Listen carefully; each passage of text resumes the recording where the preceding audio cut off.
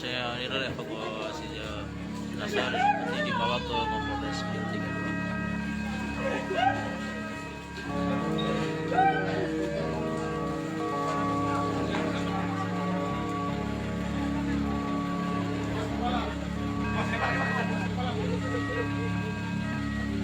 Ini adalah Eko, jenazah Eko.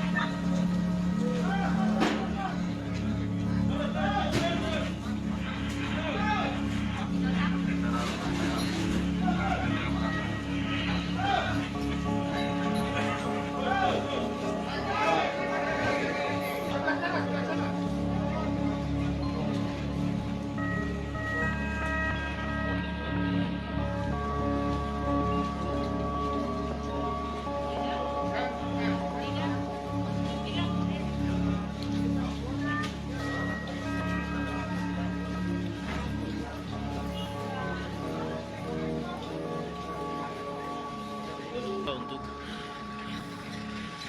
jasa-jasa disemayangkan di sana Tribuners. Jadi